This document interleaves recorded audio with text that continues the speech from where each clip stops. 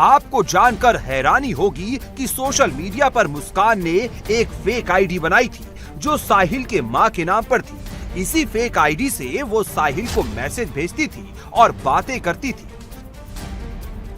कैसे अपने इस प्लान के अंदर शामिल किया, जैसा कि वो उसकी मरी हुई माँ के बारे में क्या बात किया करती थी, कैसे उसको इसने तैयार किया कि हमें मर्डर करना है, चाहे वो नवंबर की बात हो या अभी की बात हो, स्नैपचैट की आईडीज क्या क्या बात करती थी? ठीक है, अभी जो हमें एविडेंस मिले स्नैपचैट के से ये लोग बात करते थे।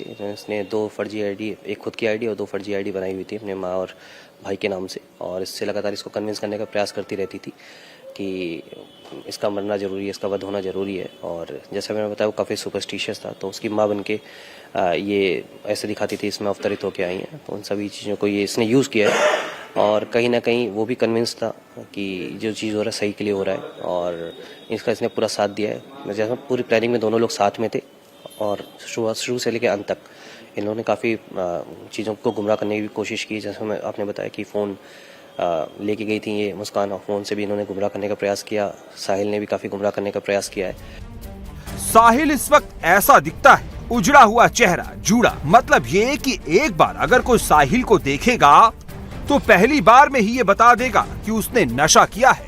लेकिन 2019 से पहले साहिल एकदम नॉर्मल लड़का था।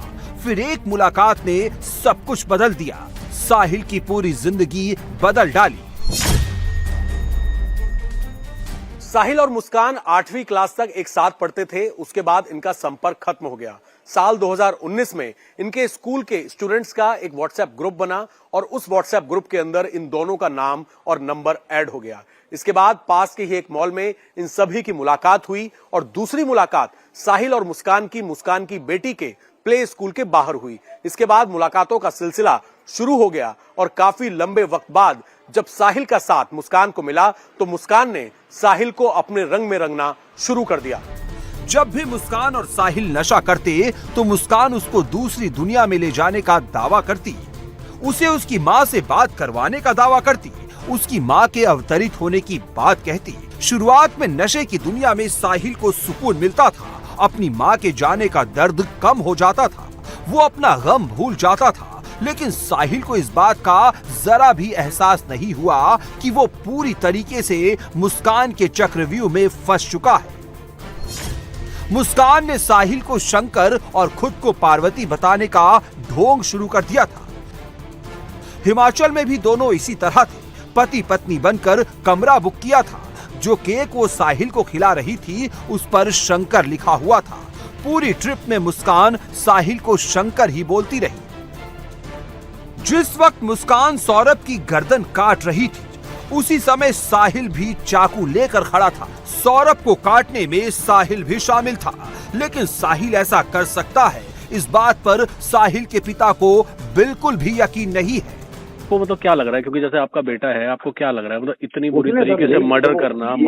बता रहे हैं, पुलिस भी बोल रही है कि दोनों ने काटी है बॉडी इतनी बुरी तरीके से, तो ऐसा नहीं है। वो ड्रग्स वक्त नहीं करा भाई, लड़की ने ही ड्रग्स लानी सिखाई है, ठीक है। कभी उसके बाद में पैसे ही नहीं रहते ड्रग्स लाए। मैंने साहिल के जीवन के बारे में कई लोगों से बात की। मुस्कान से मिलने से पहले साहिल का जीवन कैसा था, उसका जिंदगी के अंदर लक्ष्य क्या था, मैंने साहिल के कई दोस्तों से, साहिल के पिता से, साहिल के रिश्तेदारों से उसके जिंदगी के बारे में हर पहलू को समझने की कोशिश की। साहिल के पिता और साहिल के रिश्तेदारों ने मुझे एक ही बात बताई कि साहिल बहुत शर्मीला था, वो ज्यादा किसी से बातचीत नहीं करता था। सभी को एक ही बात हैरान कर रही है और वो बात यह है कि साहिल आखिरकार किसी का मर्डर कैसे कर सकता है। आप तो बिल्कुल बगल में रहते हैं। हाँ जी। आप कब से साहिल को जानते थे? हम बचपन से ही जानते हैं उसके, हमारे सामने ही पैदा हुए, पले बले, ऐसे कोई दिक्कत नहीं है। आपका तो देखा हुआ लड़का हाँ था। तो क्या करता था? कुछ नहीं, अपने में मस्त रहता था वो। नौकरी करता था? नहीं, ये पता नहीं जी मुझे पूरा। हम तो सुबेरे उठे, अपना शॉप पे चले गए, रात को अपना घर आ गए, बस हमारा तो इतना ही था। कभी मिल गए तो राम राम हो गई, बस इससे ज्यादा। बातचीत करने में कैसा था? बातचीत में बता तो रहा हूँ, कभी मिल गए तो राम राम हो गई, हमने भी जवाब दे दिया, बस इसके अलावा कुछ नहीं। कुछ अजीब था साहिल? नहीं, ऐसा कुछ नहीं है। घर पे कैसे लोगों का आना जाना था उसके साथ? हमने कभी नहीं देखा जी। कभी नहीं देखा। मैं बता रहा हूँ ना, हम तो सुबह अपनी शॉप पे निकल गए और अपना रात को आ रहे हैं, हमें तो पता ही नहीं इस चीज का। घर से कभी गानों की आवाज आती थी, कुछ आता था? तो भजन वगैरह उसके चलते रहते कैसे थे। भजन? ये भक्ति भाव के भजन जो होते हैं। तो भक्ति भगवान में मानने वाला था? हाँ जी, हाँ किस तरीके की पूजा पाठ करता था? जी, ये इस चीज का नॉलेज नहीं जी हमारे को। मुस्कान 9वीं फेल है, साहिल सीए की पढ़ाई कर रहा था। मुस्कान को पढ़ाई से कभी कोई मतलब नहीं रहा, करियर से कभी कोई ताल्लुकात नहीं रहा, लेकिन साहिल ऐसा नहीं था। जब मुस्कान और साहिल की मुलाकात हुई तब साहिल ग्रेजुएशन कर चुका था, सीए की तैयारी में लगा था और मुस्कान के मिलने के बाद वो अपने लक्ष्य से भटक गया। ऐसा नहीं है साहिल को समझ नहीं आ रहा था, वो नशे के जाल में फंस गया है, उसकी जिंदगी बर्बाद हो रही है। उसने नशे से दूरी बनाने की कोशिश भी की। मुस्कान से मिलने के 2 साल के बाद 2021 में साहिल ने नशा छोड़ने का फैसला किया। उसने मुस्कान से भी नशे से दूरी बनाने को कहा, लेकिन मुस्कान नशे में इतनी डूब चुकी थी, उसने साहिल को ना अपने से दूर जाने दिया, ना उसका नशा बंद होने दिया। मुस्कान से मिलने से पहले तक साहिल बिल्कुल भी ऐसा नहीं था। मोहल्ले में उसकी पहचान एक सीधे साधे और शर्मीले लड़के की थी। कुछ साल पहले उसका रहन सहन एक आम लड़के की तरह था।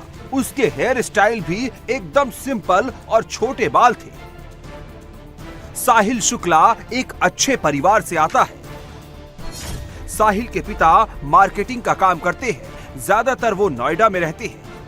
साहिल का एक बड़ा भाई है जो अमेरिका में रहता है। साहिल की मां के खत्म होने के बाद उसके पिता ने दूसरी शादी कर ली थी, लेकिन साहिल अपनी मां की जगह किसी दूसरे को देख नहीं पाता था, इसलिए उसने अपने घर से ज्यादा अपनी नानी के घर को अपना मानना शुरू कर दिया था। ये साहिल के नानी का घर है और ये साहिल का कमरा है। पुलिस ने इसी कमरे से साहिल को गिरफ्तार किया था। इसी कमरे की दीवारों पर तंत्र मंत्र की चित्रकारी मिली थी। दीवार पर शंकर गणेश की तस्वीरें भी बनी थी। जादू टोने की आकृतियां और तंत्र मंत्र की चीजें मिली थी। और ये सब कुछ शुरू हुआ मुस्कान से मिलने के बाद।